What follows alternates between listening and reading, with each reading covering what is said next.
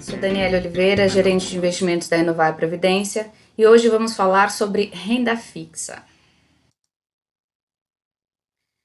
Afinal de contas, o que é renda fixa?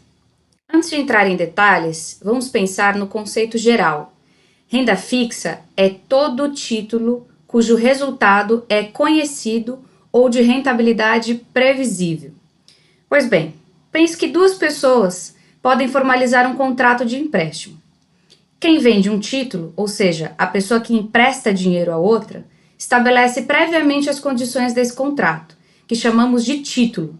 E nessas condições gerais estão a taxa de juros, o que ela vai receber além do valor principal, também conhecido como remuneração sobre o dinheiro emprestado, o índice de referência, um parâmetro de mercado que pode ser entendido como a inflação medida pelo IPCA ou a taxa básica de juros do país, a Selic, aquela que a gente escuta no jornal o tempo todo, dentre vários outros índices. E, fora a taxa de juros e índice de referência, o prazo. Bom, no nosso mercado, qualquer pessoa pode emitir um título de renda fixa? Comprar, qualquer um pode. Agora, emitir, em geral, são emitidos por bancos, empresas como Vale, Petrobras, Natura, ou seja, empresas públicas e privadas, e o próprio governo federal. Sim, o governo federal pega dinheiro emprestado através da emissão de títulos públicos e usa esse recurso para diversas finalidades.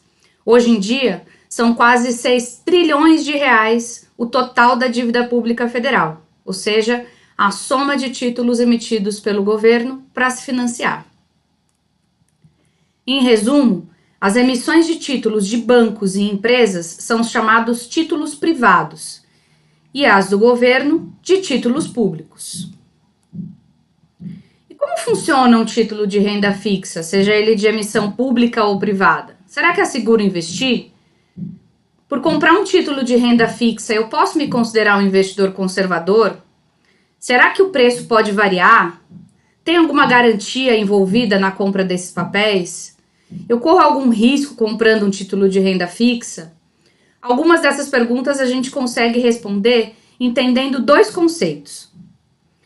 Dois principais riscos considerados nesse tipo de investimentos são os riscos de crédito e risco de mercado. O risco de crédito está ligado a quem emite esse título, aqueles que falamos agora há pouco. Está diretamente relacionado à chance de o emissor não honrar com o pagamento na data do vencimento, ou seja, não devolver o dinheiro para o investidor. Daí a importância de acompanhar a situação econômico-financeira dos emissores da sua carteira de investimentos. E o risco de mercado, não por acaso o nome. Imagine um mercado aberto, como uma feira livre. É possível encontrar o mesmo produto ou produto com características muito semelhantes por preços diferentes. Você pode comprar um pouco de cada vendedor e no final ter um preço médio, ou você pode comprar somente de um vendedor e o seu preço de compra ter sido maior ou menor que o preço médio da feira como um todo. Agora imagine que você comprou esse produto hoje, mas que todos os dias o tal do mercado negocia o produto, podendo o preço subir ou descer. Simplificadamente, esse é o conceito de risco de mercado.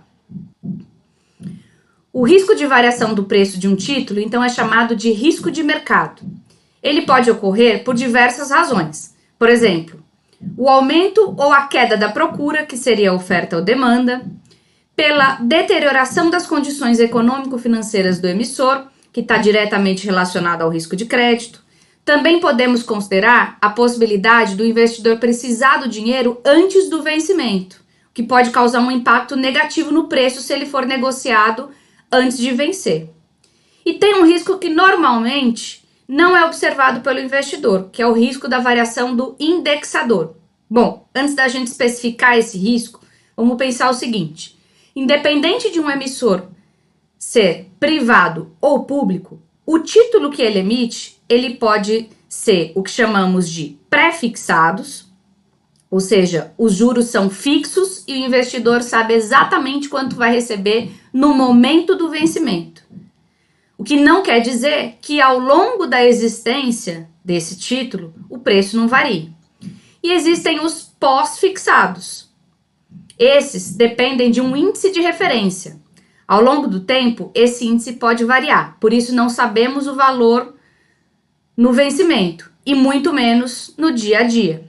Agora, já pensou na possibilidade de um título poder ser um pouco de cada?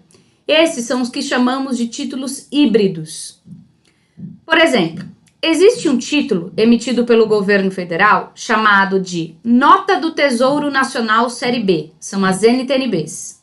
Essa é uma das principais fontes de financiamento do governo e vencem em anos que vão de 2023 até 2060. Via de regra, a gente pode imaginar que por quanto mais tempo a gente empresta o dinheiro por alguém, mais a gente deve cobrar por isso. Ou seja, maior vai ser a taxa paga por esse título, já que o dinheiro vai levar mais tempo para poder ser devolvido. Bom, fugindo a algumas questões conceituais de mercado, vamos nos prender à característica do título. Essa NTNB remunera o investidor pelo IPCA, que é o índice de inflação amplamente utilizado pelo mercado, acrescido de uma taxa fixa. Supondo que o IPCA seja igual a 5%. É fácil pensar que essa NTNB que a gente está vendo na tela me pagaria 11% se a parcela fixa for 6%. Mas precisamos lembrar que o indexador IPCA depende de uma série de fatores e que varia mensalmente. E além disso, o mercado aposta na sua variação todos os dias. Ou seja, não é possível garantir que esse 5% vai ocorrer todos os anos até o vencimento do papel. Por exemplo, entre 2023, a data de compra, e 2060, a data de vencimento. A gente não consegue garantir que o IPCA vai ser 5% todos os anos. Não obstante, a parte fixa é conhecida no vencimento, mas é ela que mede os demais riscos do mercado antes do vencimento ocorrer, como a sustentabilidade da dívida pública até esse vencimento, ou seja, a capacidade do governo de honrar a dívida contraída, os riscos avaliados pelos investidores pela forma que o governo usa esse dinheiro. Enfim, a gente pode ficar aqui horas falando de todas as variáveis que envolvem o papel, e é nessa parte fixa que o tal do mercado precifica todos os dias esse título. Então, conseguimos concluir que o tal dos 11% que calculamos não é fixo todos os dias, mas apenas estimado no vencimento. Vimos como funciona a renda fixa e os riscos inerentes a ela, principalmente o de preço. Vamos falar agora sobre garantias. Sim, existe um órgão chamado Fundo Garantidor de Crédito, o FGC. Trata-se de uma instituição criada e mantida pelos próprios bancos para cobertura de eventuais prejuízos aos investidores no caso de um desses bancos quebrar. Ou seja, você emprestar o dinheiro para o banco e o banco simplesmente não te devolver o dinheiro.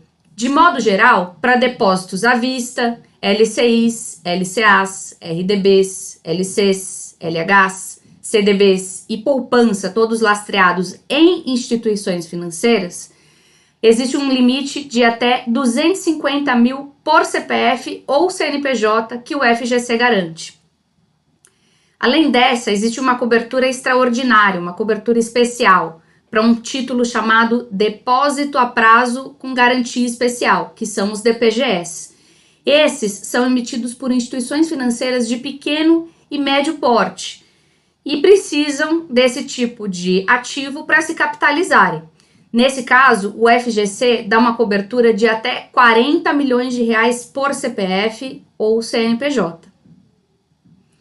Bom, para finalizar, a gente pode resumir que um título de renda fixa ele pode ser emitido por bancos, empresas e pelo próprio governo como forma de captarem dinheiro para poder se financiar, que esses títulos podem ter principalmente risco de crédito e risco de mercado, e o risco de mercado envolve variação de preço, e que esses títulos podem ser pré-fixados, pós-fixados ou híbridos, sendo os títulos híbridos envolvendo risco de mercado e risco de indexador. Espero ter esclarecido brevemente as principais características da renda fixa para você.